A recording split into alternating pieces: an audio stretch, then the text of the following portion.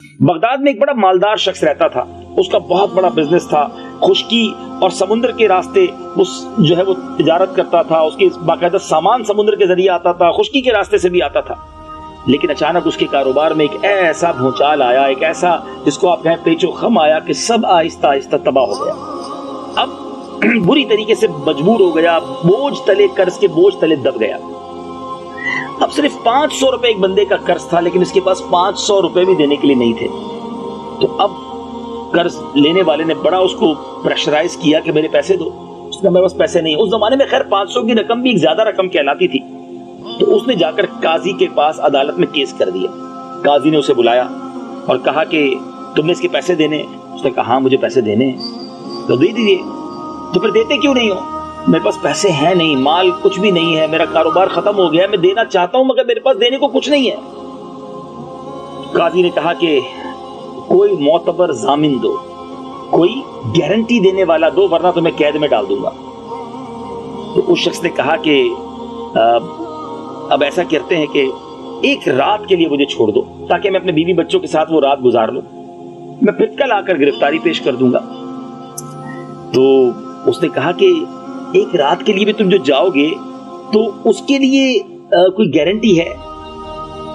تو قاضی سے وہ کہتا ہے کہ میرے اس رات کے ضامن میرے آقا علیہ الصلوۃ والسلام ہیں، تو نبی پاک کے نام پر مجھے جانے دو، میں صبح واپس آ جاؤں گا۔ قرض خواہ جو تھا وہ بھی عاشق رسول تھا، مسلمان تھا، کہ ٹھیک ہے ایک رات کے لیے تم چلے جاؤ۔ نبی پاک کا نام جو لیا ہے، وہ شخص بڑا مغموم پریشان اپنے گھر آیا۔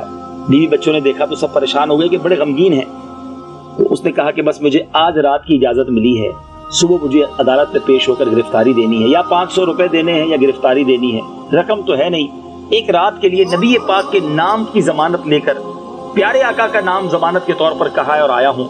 اب صبح مجھے واپس جانا ہے اور اپنے آپ کو گویا گرفتار کروانا ہے، شاید زندگی میں باہر نہ نکل سکوں۔ وہ زوجہ بڑی عاشق رسول تھی، اس نے کہا کہ گھبراؤ نہیں، جب نبی پاک علیہ الصلوۃ والسلام کا تم نے نام لیا ہے نا، انہیں ضامن بنایا ہے، تو اب فکر نہ کرو، آقا ہی کرم فرمائیں گے۔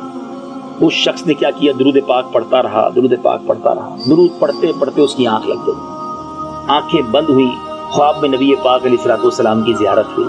سرور کائنات علیہ الصلوۃ والسلام نے فرمایا بشارت ہو، صبح سویرے بادشاہ کے وزیر کے پاس جا کر کہنا کہ رسول اللہ صلی اللہ تعالی علیہ وسلم تمہیں سلام فرماتے ہیں اور تجھے حکم دیتے ہیں کہ میری طرف سے 500 دینار، ایک روایت کے مطابق یہ 500 دینار تھے، 500 دینار کا قرضہ ادا کرو، جس کے سبب سے قاضی نے مجھے قید کرنے کا حکم سنایا ہے، اور میں تو صرف رسول اللہ صلی اللہ علیہ وسلم کی ضمانت سے نکلا ہوں، میرے آقا کے نام سے میں باہر آیا ہوں۔ پھر پیارے آقا علیہ الصلوۃ والسلام نے وزیر کی ایک نشانی بھی بتائی کہ اس سے کہنا کہ تم ہر رات پیارے آقا علیہ الصلوۃ والسلام پر 1000 مرتبہ درود پاک پڑھتے ہو۔ گزشتہ رات تم گنتی بھول گئے تھے اور تمہیں شک ہوا کہ پتہ نہیں گنتی پوری ہوئی کہ نہیں، تمہیں مبارک ہو کہ تمہاری گنتی پوری تھی، اور یہ مبارک خواب دیکھ کر اب یہ آدمی بڑا خوش ہوا، بیدار ہوا۔ آقا نے نشانی بھی بتائی تھی۔ یہ وزیر کے پاس گیا، دیکھا کہ وزیر کے پاس تو بڑے مصروفیت چل رہی ہے اور خود بھی کسی گھوڑے پر سوار ہو کر کہیں جانے والا ہے۔ تو اس نے وزیر کو سلام کیا اور کہا کہ مجھے کسی نے تمہارے پاس بھیجا ہے، تم سے بات کرنی ہے۔ اس نے کہا کس نے بھیجا ہے؟ اس نے کہا میرے آقا علیہ الصلوۃ والسلام نے، رسول اللہ صلی اللہ تعالی علیہ وسلم نے بھیجا ہے۔ اب وہ وزیر ٹھہر گیا، اب فرمائیے کیا فرمانا ہے؟ تو آقا علیہ الصلوۃ والسلام نے کہا ہے میرا قرض آپ ادا کیجئے، آپ کو سلام بھی فرمایا ہے اور ایک نشانی بھی بتائی ہے کہ آپ روزانہ رات کو 1000 مرتبہ پیارے آقا علیہ الصلوۃ والسلام کی بارگاہ میں درود بھیجتے ہیں، اور آپ کل رات 1000 بار درود پاک پڑھ کے کنفیوز تھے کہ گنتی پوری ہوئی کہ نہیں ہوئی۔ آقا نے فرمایا تمہاری گنتی پوری تھی۔ اللہ اکبر۔ وزیر نے جب یہ بات سنی تو وہ تو جھوم اٹھا، ساری باتیں سچ تھی، یعنی اس کو یہ فیلنگز تھی کہ نبی پاک کے دربار میں میرے درود قبول ہو گئے ہیں۔ اس نے کہا مرحبا اے پیارے آقا کے قاصد، مرحبا۔ اس نے کیا کیا؟ دونوں آنکھوں کے درمیان اس کے بوسہ دیا، اور پہلے تو 500 دینار فوراً دے دیے کہ حضور یہ اپنا قرضہ ادا کیجیے، پھر 500 دینار اہل و عیال کے لیے دیے، 500 دینار گھریلو اخراجات کے لیے دیے، مزید 500 دینار خوشخبری سنانے کے دیے، 500 دینار سچا خواب بیان کرنے کے لیے دیے۔ اللہ اللہ، 2500 دینار ہاتھ میں ہے۔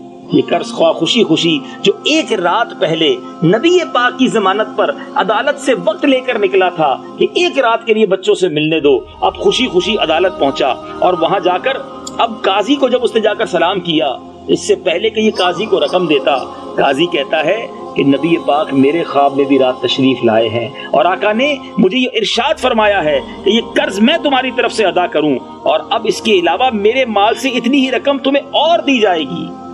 قاضی کہتا ہے، جج کہتا ہے میں قرضہ ادا کروں گا، آقا نے خواب میں مجھ پر بھی کرم فرمایا ہے۔